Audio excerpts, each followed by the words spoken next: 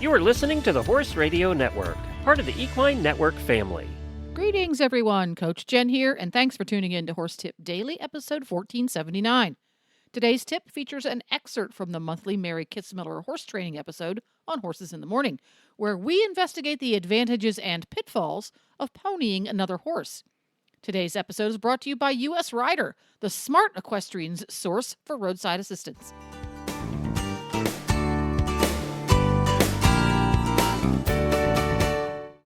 What's our next question? Let's go with Sam's question because this was also asked last month and I didn't get to it. I like to teach my horses to pony so I can ride with my kids as they get bigger while maintaining some level of control. I come from an English background, so it's not something I've been exposed to much. What do I need to know from training and preparation to the best equipment and how to safely use it? Ooh, very good question. So I would say the things that can go into getting a horse to pony well are a lot of the same components that will go into getting your horse to tie well. And it falls into this theme of giving to pressure.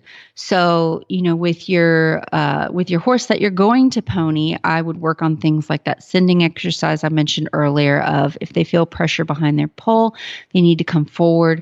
And how I do this is I pick up pressure on that lead rope and then I use a driving aid like a whip or a flag to create forward movement to get them to come forward. And I do this until I no longer need that driving aid.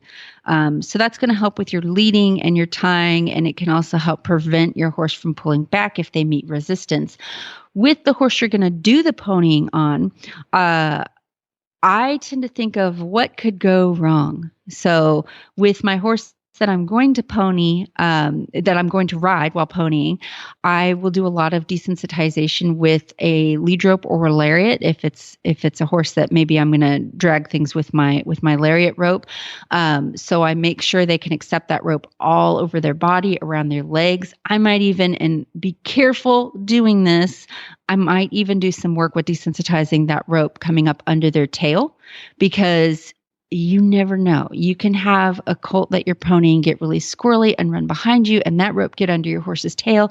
And if you've never experienced that, it's a bit of an adrenaline rush.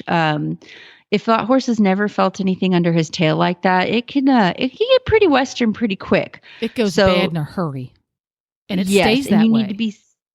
Yes, because they clamp their tail down and it disappears between their butt cheeks. And it's just hang on at that point.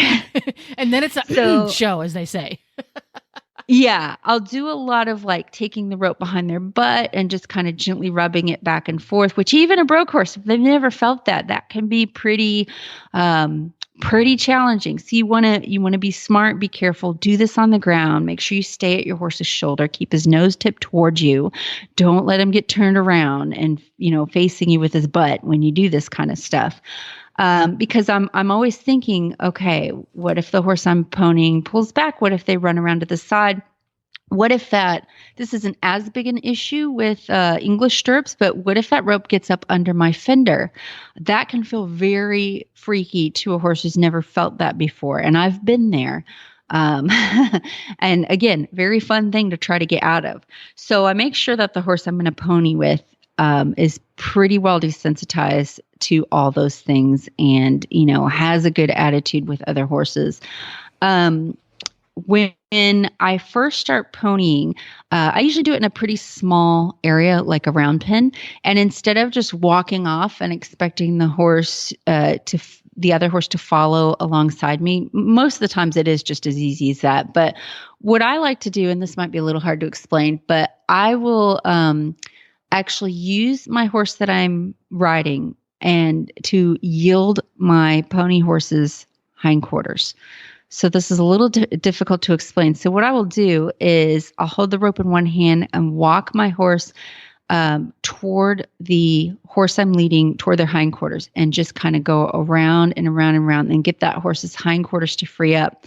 Then what I do is I will switch the rope to my other hand, and I will actually ask that horse to cross from one side to the other. I hope this makes sense.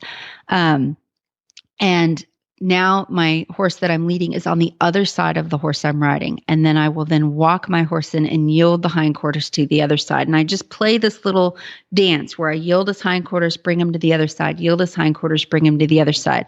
What I'm doing with this is I've got a lot of control of the situation. If my horse is yielding his hindquarters, the horse that I'm leading is yielding his hindquarters, he's easy to manage and maintain while he's getting used to the sensation of being ponied.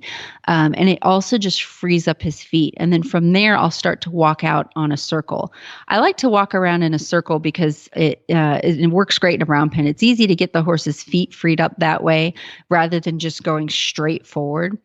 And then from there, I'll take them out into a bigger place and, work in a controlled setting. Don't obviously put your kid on the horse and experiment that way, do it without a rider on the other horse, and work in a very quiet setting, like your arena, and just lots and lots of practice. And you can pony this horse over obstacles. You can start taking them out of the arena and do little short trips, but I would put a lot of miles on both of those horses learning to pony before you put your kid on a horse that you're ponying.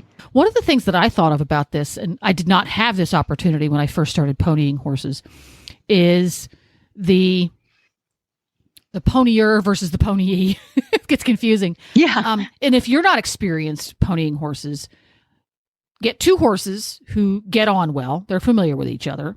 You ride the horse and you hold the lead rope, and the lead rope is attached to another horse who is ridden by an adult competent rider. And practice going through the motions of that exercise you just did, but go through those motions and have that person who is sitting on the horse with the lead rope attached to him help the horse go through that. So you're going through the motions, but you're not necessarily in control of the motions. So you get comfortable, because one of the things I really struggled with is as I move Scooter, the Hackney pony, around Nigel, because I'm not familiar with what should happen when it's right, I'm struggling a bit. It's a little bit like when you first learn higher level dressage, it's really nice to sit on a schoolmaster so that when you finally press the right buttons, it just happens. So that when you're ponying a horse and you press the right buttons, because there's somebody out there controlling that horse, it happens. When you bring the lead rope out and you put a little pressure, that horse is going to move when you put the little pressure, because there's a human out there making sure it happens. Does that make sense? Yes. Yeah, absolutely. I would say, there's all sorts of prep, and probably the biggest equation, all that is just get the miles on both horses. Practice. In a controlled setting, have an experienced rider, and, before you do it with a kid. And if you do that, then it usually it's just a non-event, because you've encountered every scenario. The horses are well schooled in it. And a good challenge for your horsemanship as well. And let me add, I didn't pony horses a lot, but when I did, it was two horses. Now, when I pony someone, I'm on 16 and a half hand horse, and I'm ponying 12 hands.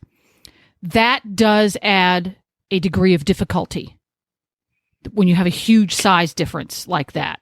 In my case, if pony gets behind me even the tiniest little bit and I'm not paying attention, that lead rope will slip up underneath of in my case, stirrup leather or fender if you're in a Western saddle, in the blink of an eye, and could possibly cause a train wreck. So if you're on a horse and you're going to be ponying something very short, keep in mind that there's an added level of difficulty and prepare for it.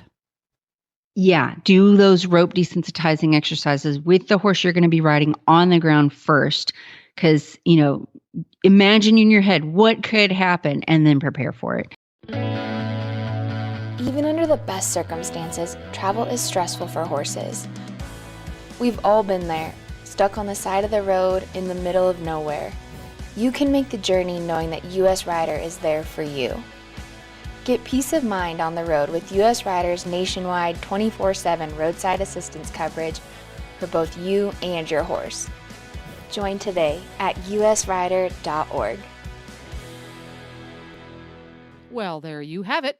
Horse Radio Network has thousands of engaging podcasts for horse people, and you can have them sent right to your phone. Just subscribe via your favorite podcast player. This is Coach Jen, and I will be back again soon with another tip. Until then, go ride your horse. The Horse Radio Network and the Horse Radio Network hosts are not responsible for statements made by guests on the Horse Tip Daily. Please use your own judgment when listening to the tips on this show.